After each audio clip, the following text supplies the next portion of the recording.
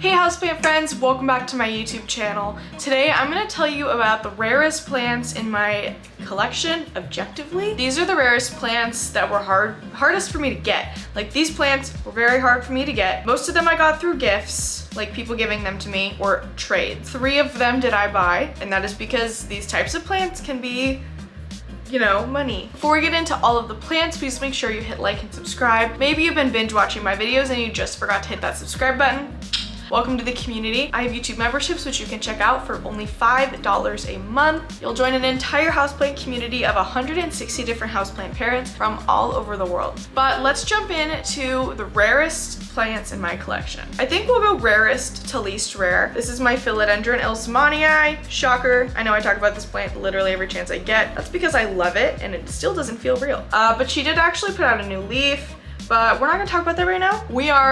That's a whole different video. But the Philodendron Ilsmania is definitely the rarest plant in my collection because it is the hardest to get. Rarely will you ever even find a listing. I've actually been doing a ton of research and talking to a bunch of people who know about the Ilsemanii. This guy is definitely the very top of my list, and I'm hoping to trade this guy when I get him a little bit grown out for a sanctity. I'm going to have to say the next plant on my list is going to be the Begonia species Temmuyuk. This is an amazing blue iridescent begonia that is flowering right now. I am going to be making a video because I have another plant that is throwing out male flowers. These are female flowers, pop quiz. And these are the ovaries right there. So if you have flowers on your begonia that don't have like big cones around them, they're male flowers. Now I have a male and a female of the same type, so I'm gonna try crossing them. But this one I got from Anya, and at the time that I got it, she's the only person who knew of, like, who we knew of that even had it. Obviously other collectors have it, but to have it and sell it are 2 different things. There are some people now selling it. I saw someone sell a tiny seedling a couple days ago, but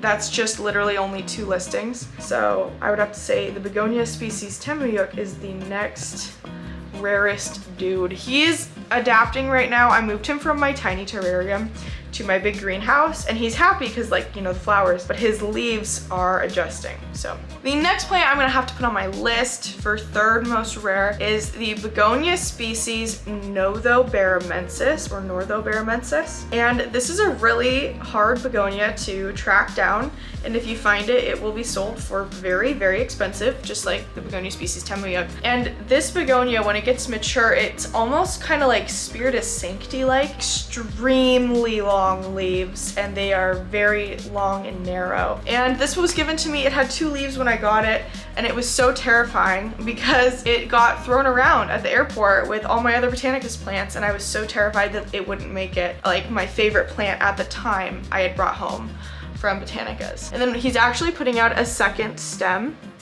You can actually see right there, hiding in the corner. There's a 2nd little baby stem coming out. So maybe, I don't know, maybe it won't look like much to you guys in its little immature form like this, but this is definitely one of the most rare plants in my whole collection. Now, this next plant I want to talk about is so tiny, you won't be able to see it, so I'm gonna pull up a photo. This right here is my Pothos species Barbarianus.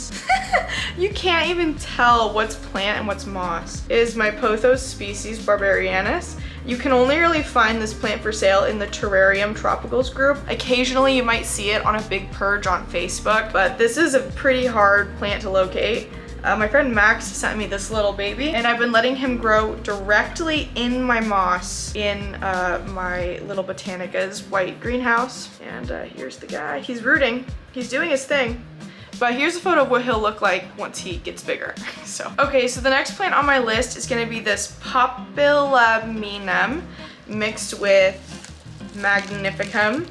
And this guy is incredible. I'm just gonna turn him so you can see just a little bit better. This is the 2nd leaf I've gotten it to put out. I was putting this one out when I got it, and this plant did fall over, so there is some leaf damage on the 1st leaf. I'll put up a photo on the screen of what it's going to look like what its mother plant looked like. But this one I got from the same guy I got my Obliqua from. I ordered this separately, and it is truly remarkable. I cannot wait. Papillomenums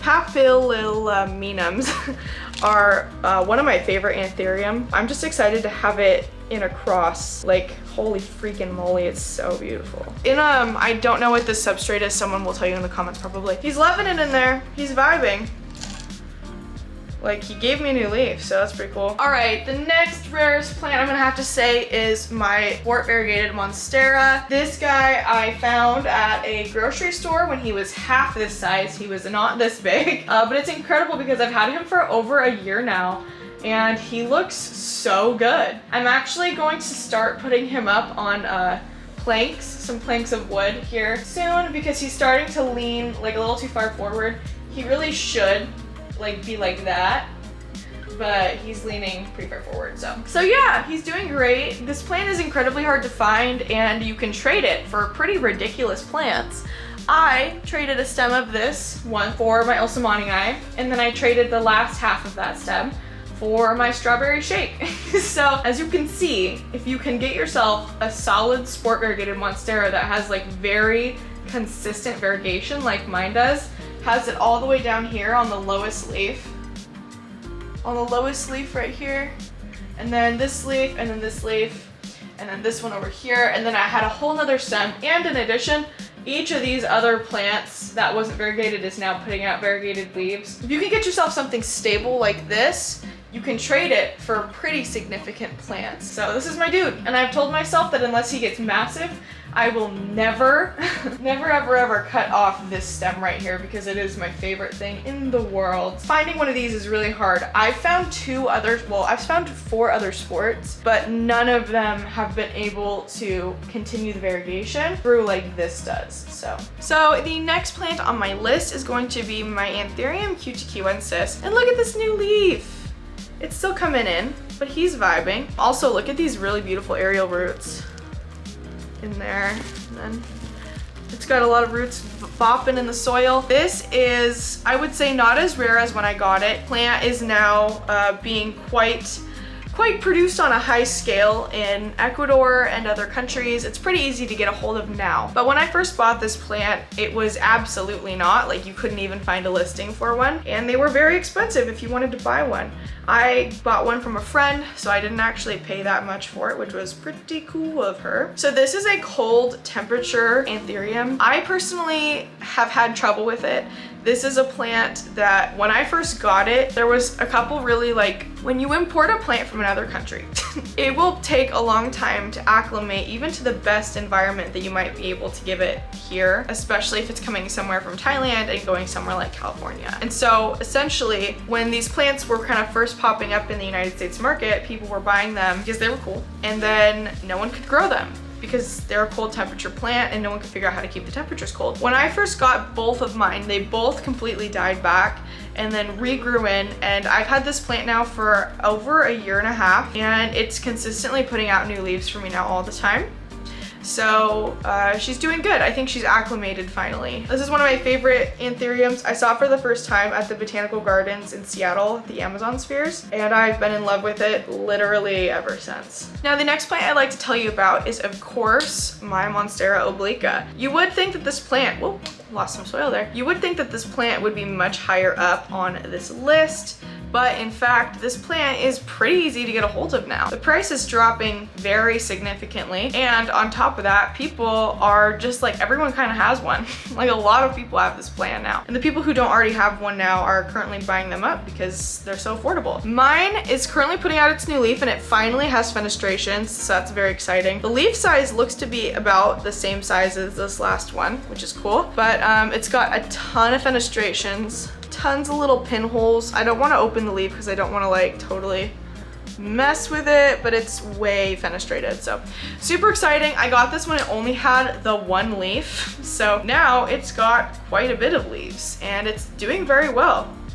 I would venture to say it's loving life. Yeah, I don't know. That's my guy. He's doing good, and I can't wait for him to keep putting out more leaves. I was worried that this plant was going to be a lot harder than it is, and it's not that hard. I have it in half moss, half soil substrate in a see-through container, and it's got a couple different nodes. I'm actually gonna chop it, I think in a couple months now, right here. So that way it'll activate this bud as well, and maybe it'll grow a second plant. So, but that's my little Monstera Obliqua. She's so cute. So that's gonna bring me now to my Philodendron Strawberry Shake. This is by far probably my second favorite plant in my entire collection. I will not lie. I think under the ilsemanii, probably my favorite plant. It has surpassed the cutucuensis, but how could it not? I mean, take a look. How could it not? Gosh, it's also got 3 plants growing.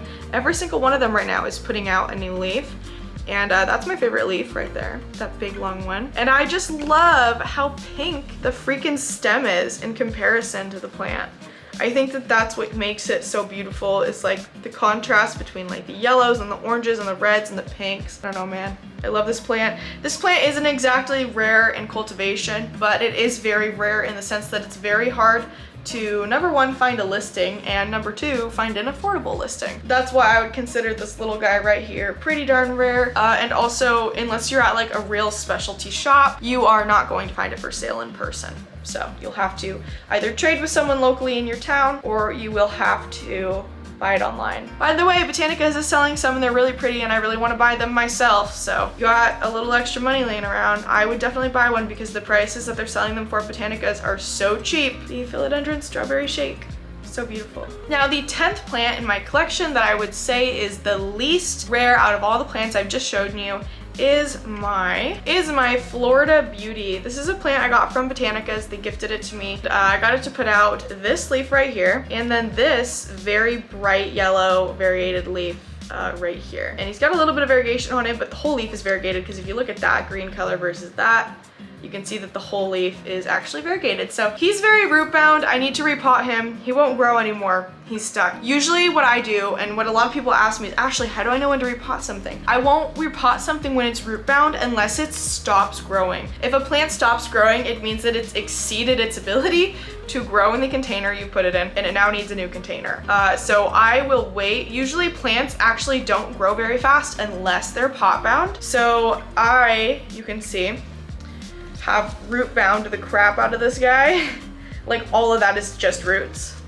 And then it's circling around the bottom and there's no more space for it. So plants will love to be root bound so that they can grow and feel comfortable in their pot, but they will hit a point where they can't grow anymore, and that's when you repot them. So this guy needs to be repot. I've had him in here for about a year now, maybe 8 months, and he gave me 2 new leaves, and now it's time for us to move on probably to a 4-inch pot. So that concludes my top 10 list of the rarest plants in my collection. There are some other plants in my collection. I have a couple other begonias, like the Begonia Darthmalichesticta, my Begonia nahigensis. I don't know. I have a lot of plants that are rare and uncommon, but if I had to pick the most in my collection, the ones I'd say are valued at the highest amount of money and also are very hard to find, I think it would be these 10 plants. Well, thank you so much for watching this little fun video of mine. Please make sure you hit like, subscribe, and tweet me at PlantMeAshley. Follow me on Instagram and TikTok at PlantMeAshley. I'm also gonna be making a common one of these, so you'll see that in a few days. Most common plants in my collection. I think it's fun to have plants on both the low and high spectrum, but I think that the plants that are higher up on the spectrum are actually easier for me to take care of. Common plants I feel like need a lot more care that I'm not able to give them.